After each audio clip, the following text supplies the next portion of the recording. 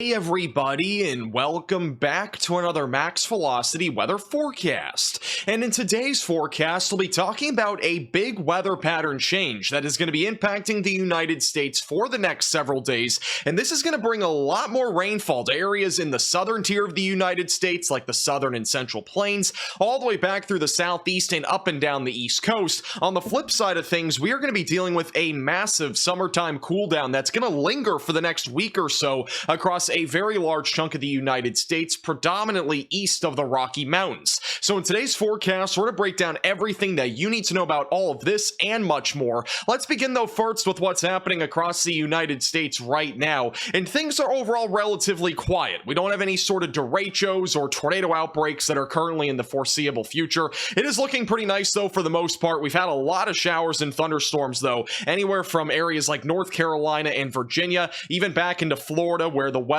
has been extremely active. Same thing goes back over in the Rocky Mountains. We've had this high pressure system sitting over in the Four Corners states, and there's a lot of moisture over there, and so we should continue to see some showers and thunderstorms for the next several days. And I do think we'll have the potential for some severe weather both today and tomorrow in the central plains, where there could be some damaging winds, hail, and maybe even an isolated tornado. We'll be talking more details about that here in just a few minutes. Now, the weather pattern is going to be very different from what we've been dealing with for the last few weeks, at least for the rest of July. So let's kind of bring you through what we're talking about for the next 7 days or so. And right now, the jet stream is really not even there. At least it's very weak right now. So we don't have any organized systems for really the next 5 days or so. So as we go through the weekend, the only thing that we are really going to notice in the upper levels will be this high pressure system back over on the west coast. And what this is going to do is build a lot of warmer air across areas that are west of the Rocky Mountains. And on the flip side of things, we are going to continue to see cold air coming out of Canada,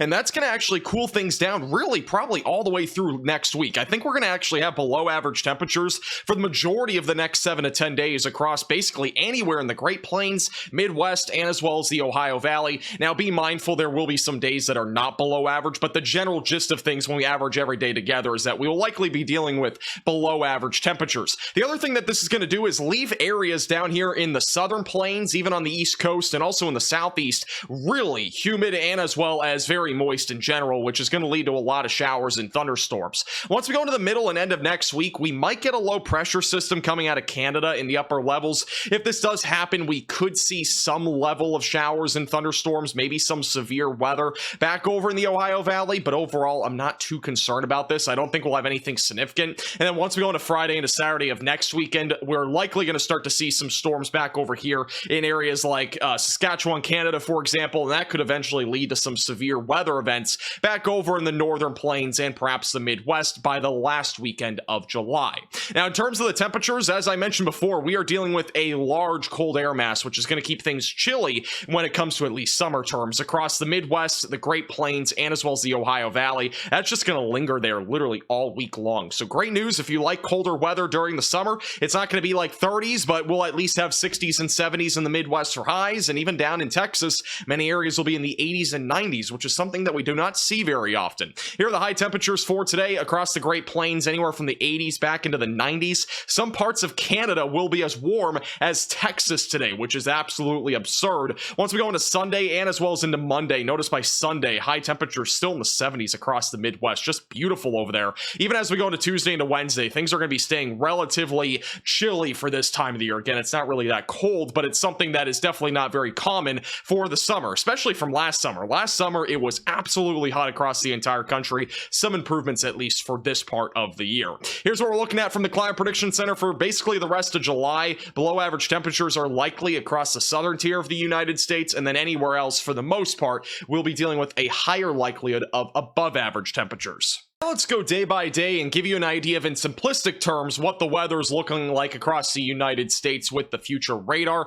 Beginning with today, we'll have plenty of showers and thunderstorms across the southeast United States. One thing that we'll be watching for in Florida as we go into Sunday is if there will be showers and thunderstorms in Florida, because me and Connor Croft will be doing a golf match live on this YouTube channel on Sunday, more than likely, as long as there's no technical difficulties or weather issues. So make sure that you're subscribed to the channel. That will be something that we're watching for here at the Max Velocity Studio. videos. Once we go to Saturday and into Sunday, things are going to continue to stay very active, though, really across the southeast, and as well as back through areas in the Great Plains, where there will be plenty of showers and thunderstorms. We'll have a few days of severe weather over really the next 48 hours, and we'll talk more about that here in just a second. By the time we go into Monday into Tuesday, just look at this. It looks really messy across the southern plains and the southeast. Really just a relentless weather pattern that we're going to be dealing with lots of showers and thunderstorms. The good news is that severe weather is not really a big concern in my opinion. The one or maybe 2 days that I'll be watching for next week for maybe some sort of low or medium risk of severe weather would be more than likely Wednesday or Thursday back over in the Northeast and the Ohio Valley. We might see something over there, but overall, again, does not look to be super significant. We're not probably going to be talking about a tornado outbreak per se,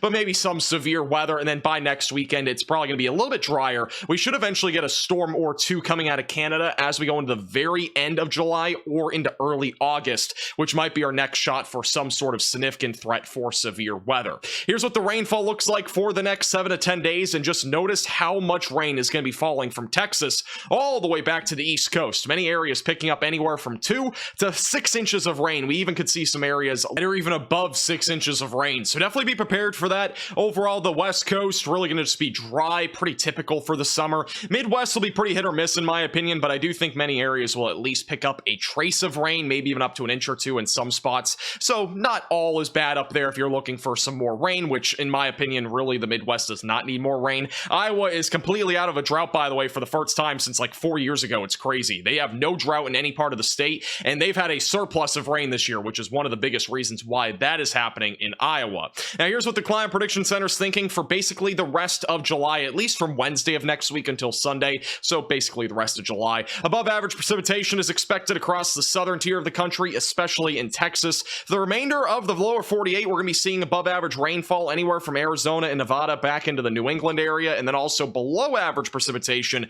is likely back over in the central and northern plains, so be prepared for that. Now, there are a couple of days of severe weather ahead, and really the main day is going to be today in comparison to really any other day for the next 5 days. I think today is going to be the biggest day, and it's really not that big of a day, but it's something that you want to be aware for if you're back over in the central plains, where we do have a slight risk for severe weather in Nebraska and even Kansas. Really good chasing day, by the way. I do think we're going to get some pretty crazy storm structures out there, so definitely something to watch for. Main concern will be wind and hail. I wouldn't rule out an isolated tornado with this particular setup. There's no storm prediction center outline for a tornado risk, but I wouldn't be shocked if we got a tornado today. And then once we go into tomorrow, it's going to be pretty much just a tiny risk back over in North Carolina. Nothing I'd be too concerned about, but there is a chance for thunderstorms basically across any state in the country except from New England and maybe Washington. So let's talk more about the timing for today, beginning with this afternoon. Again, not really much out there by around lunchtime, maybe a couple of unorganized complexes of showers and isolated thunderstorms.